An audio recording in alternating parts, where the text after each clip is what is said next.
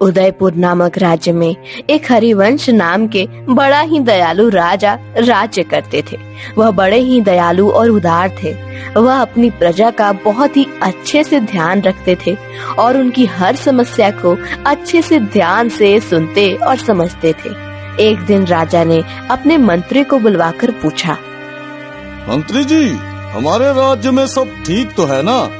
हमारे राज्य में किसी को तकलीफ तो नहीं है ना? नहीं महाराज, आपके होते हुए इस राज्य को भला कुछ हो सकता है? हमारे राज्य में सब कुशल मंगल है। हाँ, मैं मेरे राज्य में ऐसा ही चाहता हूँ कि सब लोग कुशल मंगल रह रहे हों। फिर भी मुझे तसल्ली के लिए एक बार जाकर देखना ही होगा कि सब ठीक तो है।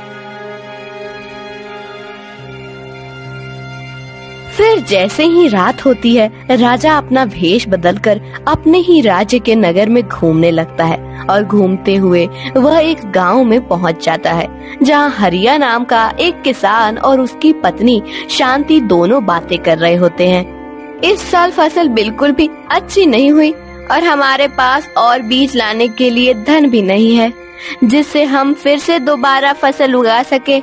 आप एक काम क्यों नहीं करते हो? राजा के पास जाकर अपनी समस्या क्यों नहीं कहते हो? मैंने सुना है हमारा राजा हरिवंश बड़ा ही दयालु और उदार है। क्या पता वो हमारी कोई मदद ही कर दे। अरे, राजा के पास जाना इतना आसान नहीं जितना तुम समझ रही हो। राजा से मिलने के लिए दरबारी मुझे बाहर ही रोक लेंगे और अंदर भी जाने नहीं देंगे। देखिए, फसल भी खराब हो चुकी है और घर में खाने के लिए भी कुछ नहीं बचा है। पूरे साल हम कैसे बिना अन्न और धन के रहेंगे? मेरी मानो तो आप कल सुबह ही राजा के पास चले जाओ। तुम कहती हो तो ठीक है, मैं कल ही राजा के पास मदद के लिए चला जाऊंगा। बाहर खड़ा राजा किसान और उसकी पत्नी की बातें सुन रहा होता है। हमारे राज्य में फसल खराब होने के कारण सभी किसान दुखी हैं और मुझे इसकी भनक तक नहीं। फिर राजा अपने महल चला जाता है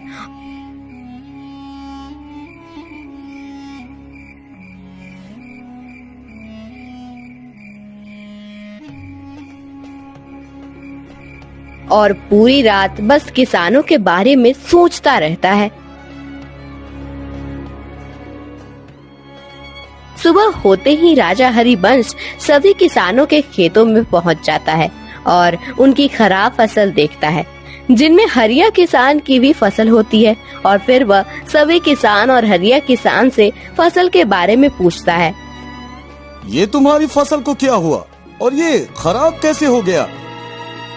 महाराज, इस साल अधिक बारिश की वजह से फसल ठीक से नहीं हो पाई और खराब हो गई और हमारे पास इतना पर्याप्त धन नहीं है जिससे हम दोबारा फसल उगा सके।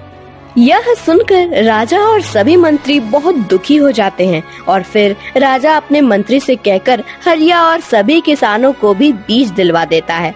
फिर सभी किसान उस बीज से फिर से अपनी अपनी फसल दोबारा से बोना चालू कर देते हैं।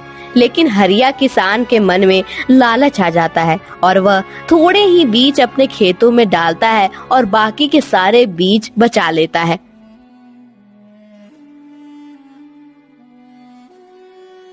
आप जो कह रहे हो वो ठीक नहीं है। राजा ने बीज हमारी मदद के लिए दिए हैं, जिससे हम अपनी फसल दोबारा से उगा सके, और आप हैं कि थोड़े से ही बीज से फसल उगाकर सारे बीज बचाकर रख लिए। अरे बेवकूफ, राजा बड़ा ही दयालु है और जब वो हमारी खराब फसल देखेगा तो वो हमें फिर से बीज दे देगा और हम फिर से फसल उगा लेंगे। नहीं जी, इस तरह राजा को धोखा देना सही नहीं होगा। जब उन्होंने आपको फसल उगाने के लिए बीज दिए हैं, ना ही बचाने के लिए। अरे भाग्यवान, मैं ये सब तेरे लिए ही तो कर रहा हूँ। इन बीजों को बेचकर मुझे अच्छा धन मिल जाएगा और फिर राजा हमारी खराब फसल देखेगा तो वो हमें फिर से बीज तो देगा ही ना।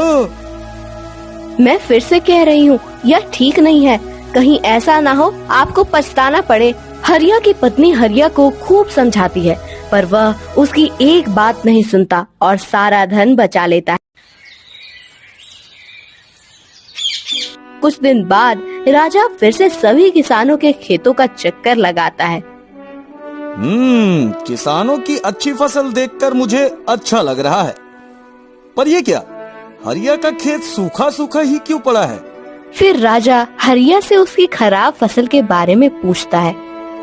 महाराज, आपने जो बीज मुझे खेतों में उगाने के लिए दिए थे वो ना जाने कहाँ गायब हो गए और मेरे पास इतना धन भी नहीं था जिससे मैं दोबारा फसल उगा सकूं।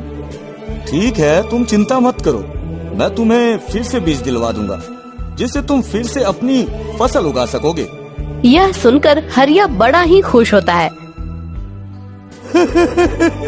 सही है, राजा को कुछ पता नहीं चला और मुझे बीज भी मिल गए और फिर मैं इन बीजों को जमा करके बेच दूंगा और फिर मुझे इससे अच्छे दाम मिल जाएंगे।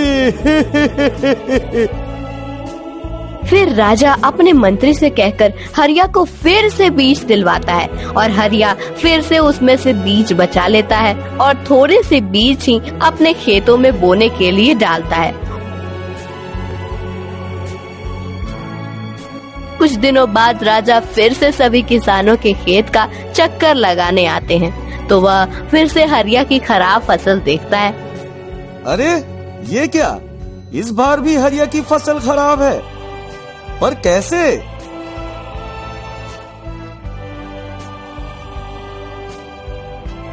क्यों हरिया, मैंने तो तुम्हें बढ़िया बीज दिए थे, फिर भी तुम्हारी फसल क्यों नहीं हुई? महाराज, इस बार भी जो आपने बीज दिए थे वो ना जाने कहाँ गायब हो गए। अच्छा, हर बार बीज खराब तो नहीं हो सकते, जरूर दाल में कुछ काला है, मुझे पता लगाना होगा। हाँ। फिर राजा हरिया को इस बार बीज के बदले धन देता है। अच्छा, ठीक है, ये धन की पोटली है, इससे तुम बीज खरीदकर अपने खेतों में फसल उगाना और हाँ, इस पोटली को कल सुबह ही खोलकर देखना। जी महाराज, जी महाराज। इस बार राजा ने मुझे बीज के बदले धन ही दे दिया, ये तो बड़ी ही अच्छी बात है। अब मुझे बीज बेचने की जरूरत ही नहीं पड़ेगी। हाँ। फिर हरिया खुशी खुशी घर चला जाता है और जाकर पोटली को एक जगह रख देता है और फिर सोने चला जाता है। और फिर जैसे ही रात होती है तो उस पोटली को काटकर चूहे निकलते हैं, क्योंकि राजा ने उस पोटली में चूहे रख दिए थे। वो चूहे हरिया के सारे जमा किए हुए बीज खा जाते हैं।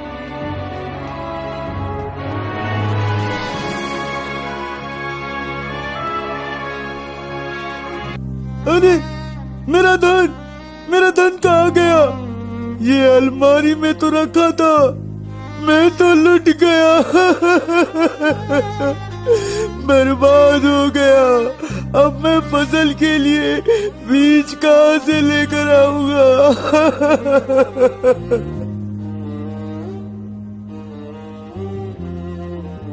मैंने पहले ही कहा था कि यह सब मत करो, अब भुगतो। फिर हरिया राजा के पास जाता है और उसे बताता है। वो महाराज, आपने जो मुझे फसल उगाने के लिए धन दिया था वो ना जाने कहाँ चला गया।